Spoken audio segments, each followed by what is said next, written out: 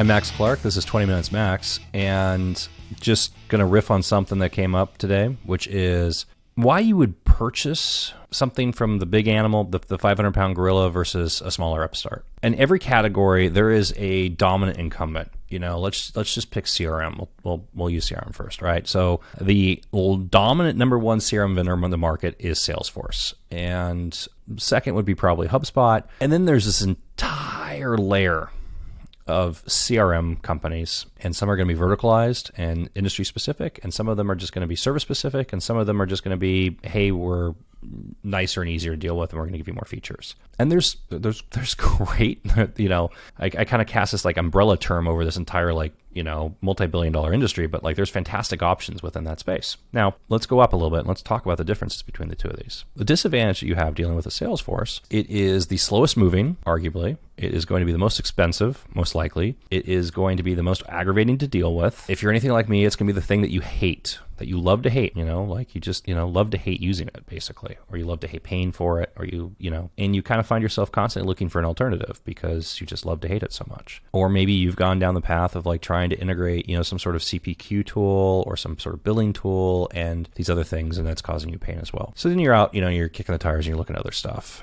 and you're evaluating these other things. And maybe you find one that you love, you know, that just sounds great. They've got a great logo. They use cornflower blue, you know, for the icon. It's, you know, the pricing is much better, all these different things, right? And so maybe that's a better pick for you. The thing that you're probably missing here with this is the advantage that Salesforce has about being the 500-pound gorilla is that everyone that is writing software to integrate with CRMs are going to start at the top and work their way down.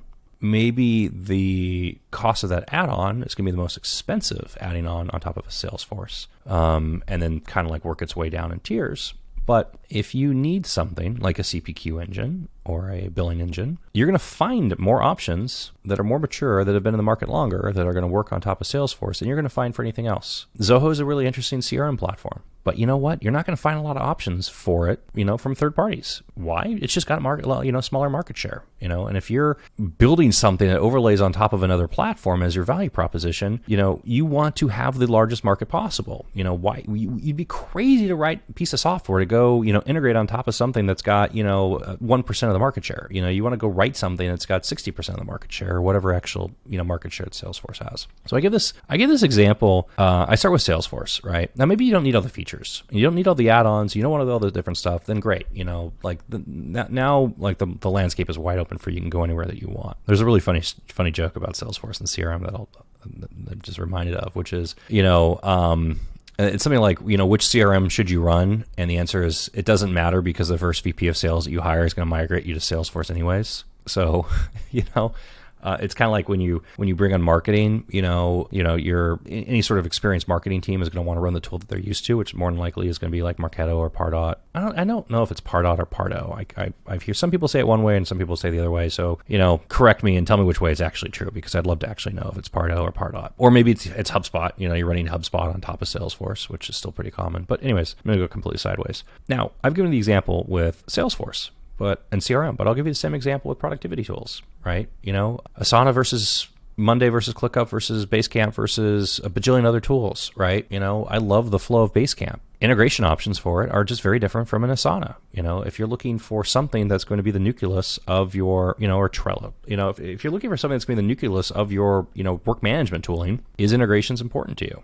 You know, that might be a really big factor of which tool you end up running. Google Workspace versus Microsoft 365. Now, I mean, in terms of like ecosystem and dominance, they're both enormous. There's a huge, there's plenty of market outside of it. But, you know, you wouldn't necessarily go to some other email host and expect to get the same level of integration and options that you would see with a Workspace or Microsoft 365. I mean, like the cost differential that you're going to have in that one is like insane. Like, what are you doing? Just stick with Microsoft or Google Workspace. Don't try to like optimize your business by doing something correct. By the way, I built and ran like large scale email platforms for ISPs for many years, and I would never ever want to manage my own email system ever again for the rest of my life. Like, it is just, you don't need to take that pain on. What else? Pick any piece of technology, right? Single sign-on system, your HR platform, your UCaaS or CCaaS platform, so your phone system, right? This isn't like an argument that you should go out and only do business with RingCentral, but third parties are going to write an integration for RingCentral before they write one for, an open phone, for instance. Also a very interesting platform. There's really good tech out there, and there's really interesting things. And part of what you're evaluating is not the point. The point of all this, the point of this, what are we at? 6-7 minute rambling rant at this point is when you purchase a tool that you integrate into your business and you build your business around this tool, the hardest thing to understand and to know, unless you've done this before, and maybe part of it's just because I get to see this. I've been doing this for so long, and I've seen this so many times, and I get to do this daily with our clients. And I get to see people at like such a wide variety of like where they are and like their evolution and their journey, right? From initial startup to like scale and growth to like the other side of the hill where, it's cleaning up for an acquisition, or maybe they're going through, they've hit, a period of downsizing and cost management issues, that whole story arc, right? The businesses go through. But when you're buying something and you're integrating that thing and you're going to run your business on top of that thing, it really sucks if you find out in like 18 months that thing that you have just doesn't do the next thing that you need it to do. It really sucks in the CRM space when you decide that we want to bring on and start doing, we need a sales enablement platform. We need a tool that'll help us do, account-based sales, email sequences, and drip campaigns. Well, that's really more of a marketing deal, but sequences and LinkedIn touch points and social media and auto phone calls and A/B testing, all the different stuff. And you turn around and you go, wait, our CRM doesn't. There's no tooling for that with the CRM that we picked. And then what your option is to run two things isolated from each other, which is a nightmare. Don't do that. Or you end up with a migration, and you end up having to migrate your data, but then go through and modify, train everybody working for you, and then modify your processes and how your business actually operates to that new tooling, right? And I'm sorry, like, I don't care how good this is, it's massively disruptive. It sucks. It sucks. Every CRM and ERP migration I have ever been involved with, attached to, learned about. I mean, it's just nobody. The only people that get excited about CRM or ERP migrations are the consultants that do the CRM and ERP migrations. And that's just a different level of nerdery that we're just going to not talk about. But it's a very interesting kind of exercise that we have to go through when we're giving advice to our clients around what service providers, what technology, what platforms, where are they today? What do they need today? What's the tactical response to what's going on within the business? What's a pain point? What's an objective? Like, how do they accelerate revenue? How do they accelerate growth? How do they increase efficiencies? These sorts of things, right? What comes next? And what comes next could be in 3 months or 6 months or 12 months or 18 months or 2 years or 3 years, but there is a next. There is something next. Nothing is static, right? It's, in some cases, maybe it just takes a long time. Like, maybe you were one of these people on like Skype for Business or Link and you're being forced to upgrade to Microsoft Teams, after running this platform for however long you were running it. But there is always a next. And that question around next is a very interesting one when you're figuring out what is the correct combination or what's the correct partner and service provider technology, whatever these different things are in order to accomplish those needs. So, these what's a fun example? Like, you need your phone system to integrate with your overhead paging at the same time a video doorbell system to gain access control into your organization, and you want to have the whole thing talk to each other because your video doorbell needs to be able to call inside extensions when somebody pushes a button on it. And what is that integration? It's 2023, so you want that video doorbell has finally transitioned from an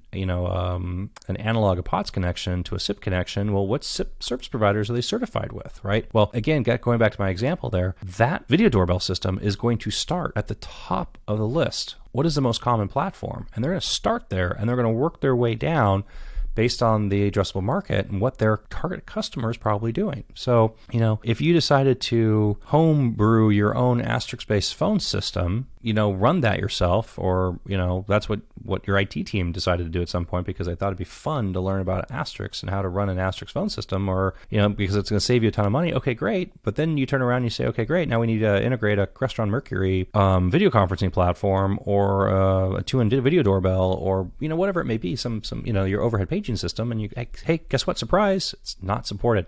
In a lot of ways, when you try to do it and you try to save money and try to do it cheaper, you end up spending more in the long run. So before you make that decision to go out and think you're saving money and try to do something a little sly and go with a cheaper option, there's a reason why it's the cheaper option. And take a few minutes to really kind of contemplate, what's happening? Is this thing truly static? Is there what comes next? Are you getting pigeonholed into something? Are you going to wake up in a few months and find out that, you're stuck with a headache that you don't need to have? I'm Max Clark. That was less than 20 minutes.